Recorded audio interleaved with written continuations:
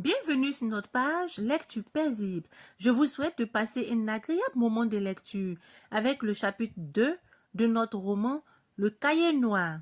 Chapitre 2, une vie de misère. À toi, maman chérie, nous savons très bien que tu ne sais ni lire ni écrire parce que tu n'as jamais été à l'école. Mais nous t'écrivons quand même. Nous avons nos raisons. Nous savons qu'en ce moment, tu es au paradis parce que tu n'as jamais souhaité ni fait de mal à ton prochain. Les femmes du quartier parlent souvent de toi en de bons termes. Elles disent que tu étais la bonté même.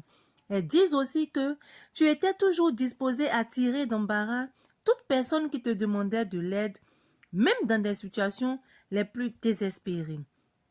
Certaines fondent en larmes chaque fois que nous les rencontrons sur le chemin de l'école.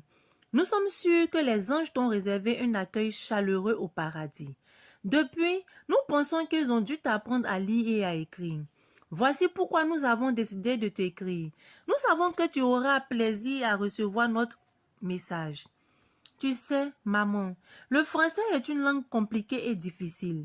L'idée de t'écrire est géniale et merveilleuse, mais nous voulons t'adresser une belle lettre qui va plaire aux anges qui te tiennent compagnie. Nous voulons qu'ils sachent que nous pensons à toi chaque jour. Tu te souviens, nous en sommes sûrs du grand frère de notre camarade Séri. Celui qui était au lycée, il est maintenant à l'université. Les anges ont dû te le dire. Il a accepté sans hésiter de corriger nos lettres. Il est tellement gentil. Chaque fois que nous parvenons à échapper à la surveillance étroite à laquelle nous sommes soumis, nous courons le consulter afin qu'il corrige les passages que nous avons pu rédiger pendant la semaine. Chaque jour, à l'insu du maître, je m'absente de la classe quelques minutes pour mettre sur papier ce que Katina et moi endurons depuis que tu es parti au paradis. Je profite aussi de la récréation pour écrire comme il me plaît. La nuit, pendant que tout le monde dort, je montre à Katina à la lueur d'un bout de bougie le résultat de mes réflexions. Son regard s'illumine alors. Il devient fou de joie. Il me répète tout excité. Dis-moi, dis, tu as tout écrit? Tu n'as rien oublié, hein? Tu n'as pas oublié pour l'autre jour, j'espère. Si jamais tu as oublié, tu dois recommencer demain. Faut que tu dises tout à maman. Faut qu'elle soit au courant de tout ce que on nous fait. N'oublie surtout pas de décrire comment l'autre fois, la sorcière m'a blessé avec un morceau de bois gros comme ça. Tu lui racontes à maman tout ce que la sorcière t'a fait. La méchante gifle qui t'a fait saigner du nez et de la bouche. Et puis, le coup de louche qui t'a fait une grosse bosse. Et puis, le grand coup de casserole qui t'a laissé groggy. Dis, faut rien oublier, hein. Tu sais, maman, quand tu es parti au paradis, nous étions encore petits et nous n'avions pas compris ce qui nous était arrivé.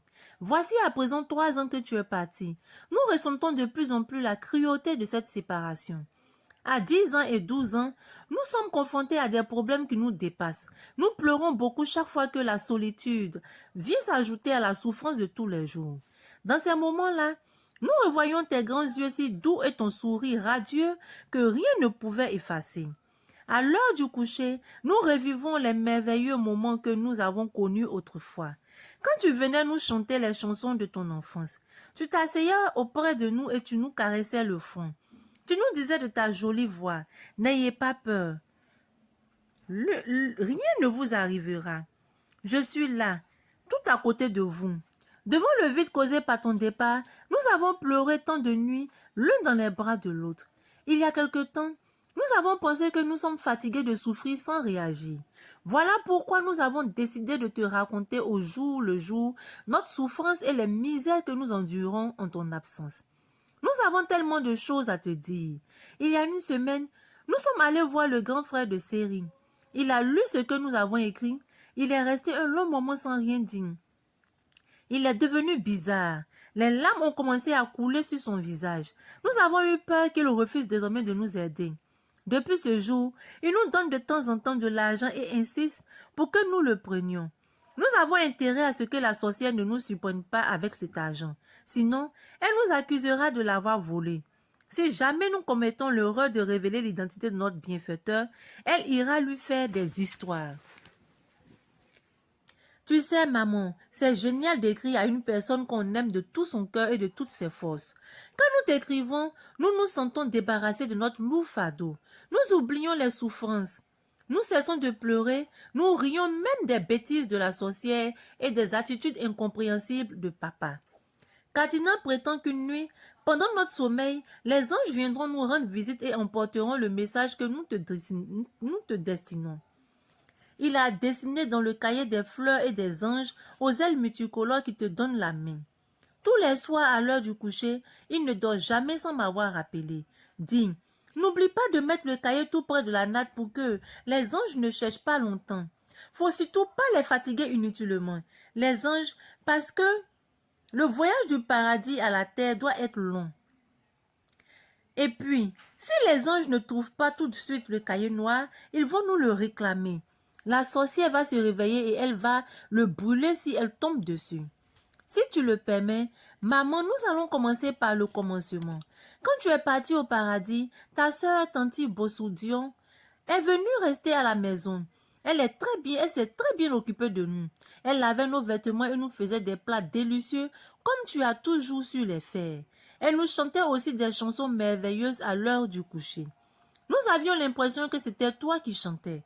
Chaque fois que nous lui demandions « Tanti, où est maman ?» Elle répondait avec un voile de tristesse sur le visage que tu étais allé chez grand-mère et que tu serais bientôt de retour.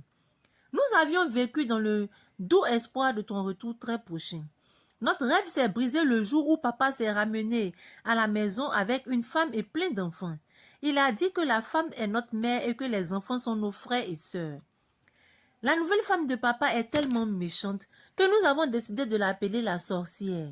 À peine débarquée, elle a commencé à bouleverser les habitudes de la maison. Elle veut imposer son point de vue à propos de tout, même quand elle n'a pas raison. Elle contredisait et provoquait ouvertement Tanti Bosundio. Papa voyait bien que la sorcière avait tort de se conduire ainsi, mais il restait muet comme une cape. Lasse de se faire insulter à tout moment, Tanti Bosundio a demandé la permission à papa de nous emmener avec elle. La sorcière, comme si on avait demandé son avis, est montée sur ses grands chevaux. Elle a déclaré en ameutant tout le quartier qu'elle avait 7 enfants dont elle avait toujours su s'occuper, qu'elle n'entendait recevoir de leçons de personne au sujet de l'éducation de 2 petits morveux. Contre toute attente, papa l'a soutenue. Il a dit à Tanti Bosundio qu'elle pouvait s'en aller si le cœur lui en disait, mais qu'il tenait à garder ses enfants auprès de lui. Tanti Bosundio a pleuré pendant 2 jours. Nous avons pleuré avec elle. Le 3e jour, elle nous a serrés dans ses bras, puis elle partit. 2 semaines après cette autre séparation, la sorcière a exigé de papa qu'il débarrasse leur chambre de tes effets. Elle a crié comme une folle qu'elle ne pouvait pas supporter plus longtemps de dormir à côté de tes bagages, des bagages d'un cadavre. Elle a dit qu'elle refusait de toutes ses forces qu'une diablesse vienne la hanter la nuit et troubler le sommeil de ses enfants. Cela a fait un tas d'histoires. Papa s'est révolté pour une fois, à notre grand plaisir. Le ton a monté rapidement. La sorcière l'a mis en demeure de choisir entre elle et les enfants d'une morte. Nous avons cru que papa allait faire échouer son chantage honteux et montrer enfin qu'il était le maître de la maison. C'était mal le connaître. Ce fut la désillusion. Il a résisté quelques instants à la furie de la sorcière, puis il s'est ramolli. La semaine suivante, il a fait appel à Tanti Bosundio et lui a demandé d'emporter tes affaires. Nous avons été affligés. La sorcière a savouré sa victoire en roulant ses grands yeux. Nous avons compris que la vie serait désormais très dure pour nous. Il ne nous a pas fallu longtemps pour connaître la descente aux enfers d'ici-bas. La sorcière a commencé par nous expulser de notre chambre au profit de ses enfants. Elle nous a trouvés trop sales pour partager la même chambre que ces derniers. Papa n'a rien dit. Le soir, elle attend que les voisins soient couchés pour jeter à même le sol de la cuisine une vieille natte crasseuse à notre intention. Elle nous réveille de très bon matin et nous oblige à faire le ménage pendant que ses enfants se roulent encore sous les couvertures. Nous faisons la vaisselle et balayons la maison. Quand nous avons été chassés comme des malpropres de notre chambre, nous avons beaucoup pleuré, mais très vite nous nous sommes faits à la situation. Le pire aurait été de nous séparer. Nous avons appris que dans la vie, Il faut savoir se faire une raison face à certains problèmes. Finalement, nous sommes contents d'être sortis, d'être ensemble dans notre petit chez nous, la cuisine. Nous pouvons nous soutenir dans les moments difficiles. Nous avons l'impression que nos souffrances sont divisées en deux. Quand vient l'heure du repas, nous mangeons rarement à notre faim. La sorcière prend toujours soin de cacher une partie de la nourriture et les meilleurs morceaux de viande. Sur un signe convenu entre elle et ses enfants, ceux-ci se retirent dans leur chambre et mangent à satiété. Alors que nous sommes obligés de nous contenter des fonds de casserole, elle affiche ouvertement sa méchanceté quand papa est absent de la maison. Elle achète des friandises à ses enfants. Gare à nous si nous jetons un coup d'œil dans leur direction pendant qu'ils mangent. Les jours où nous n'allons pas à l'école, je fais la lessive. Je lave avec application nos vêtements. J'ai intérêt à faire attention au savon. J'en mets le moins possible sur notre linge pour ne pas m'attirer les foudres de la sorcière.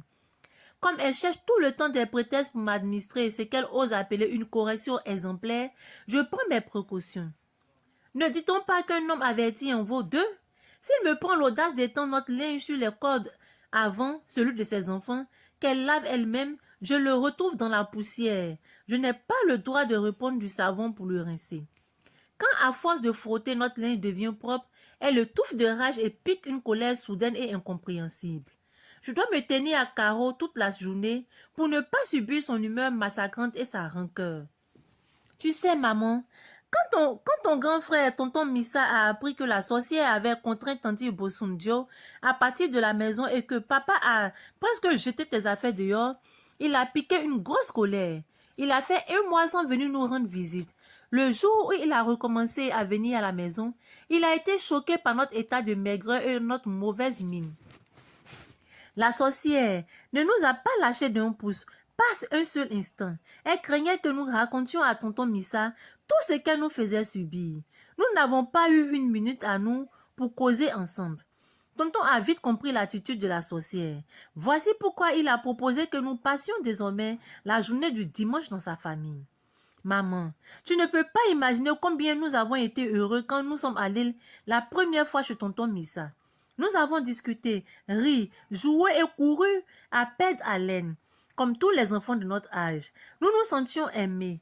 Comme c'était merveilleux de ne pas avoir fixé sur soi le regard hargneux de la sorcière qui vous détache de la tête aux pieds. Nous avons voulu rattraper le temps perdu et avons eu l'impression que la journée était trop courte.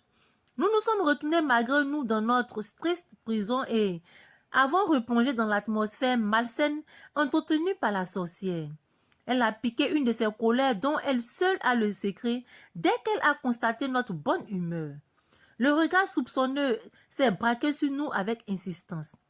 Aussitôt, tonton Missa partit, elle s'est précipitée sur nous pour fouiller nos poches, puis elle a confisqué l'argent en notre possession. Elle a dit ensuite à papa, sur un ton ironique et grinçant, qu'il lui semblait que tonton Missa n'était pas satisfait de notre éducation. Elle a ajouté qu'au lieu de passer son temps à distribuer de l'argent à des petits vauriens, tonton ferait mieux d'assurer plus d'aisance dans son foyer. Papa n'a pas pu placer un seul mot, comme d'habitude. Le dimanche suivant, quand tonton Missa est venu nous chercher, la sorcière l'a reçu avec froideur. Papa s'est fait sourcilleux. Il a expliqué à tonton que nous allions prendre de mauvaises habitudes en recevant de l'argent de personnes étrangères à la maison. Je suis alors intervenue pour rappeler que Gros Cochon reçoit souvent de l'argent de sa mère quand il va à l'école. J'ai insisté sur les friandises glissées en cachette dans son cartable. La sorcière a nié énergiquement. Papa a semblé surpris par ma réaction. Comme je persistais en apportant des preuves plus convaincantes, la sorcière a bondi, prête à me donner la fameuse correction exemplaire. Tonton Missa a dû s'interposer pour m'arracher à ses griffes. Elle écumait de rage. Le troisième dimanche chez tonton Missa, nos cousins nous attendaient avec impatience. Nous avons vécu une journée de rêve aussi agréable que le dimanche précédent. Le soir venu, tonton nous a reconduits aux portes de l'enfer. Papa lui a signifié sur un ton pas du tout agréable qu'il n'était plus question que nous passions la journée du dimanche dehors. La discussion a failli dégénérer. Papa est monté de façon inattendue sur ses ergots. Il a crié très fort qu'il était le seul responsable de l'éducation de ses enfants et qu'il ne demandait ni l'avis ni l'assistance de qui que ce soit. Nous n'avions jamais imaginé que papa pouvait autant donner de la voix. Nous nous demandons s'il ne perd pas la langue chaque fois qu'une prise de bec l'oppose à sa chérie. Tonton Missa a été vraiment déçu. Il est reparti après avoir posé longuement sur nous un regard dans lequel se mêlaient l'impuissance, la pitié et la peine. Nous sommes retombés dans la monotonie, l'ennui et la routine. Des insultes gratuites, des corrections exemplaires arbitrairement infligées. Ainsi s'achève notre chapitre 2. Oh là là là là, que c'est triste! Comme c'est décrit dans ce chapitre 2. De pauvres enfants qui sont abandonnés à eux-mêmes, qui sont tout le temps frappés, corrigés, battus. Oh là là, que c'est triste pour les orphelins. Nous verrons la suite dans notre chapitre 3. Je vous dis à très bientôt.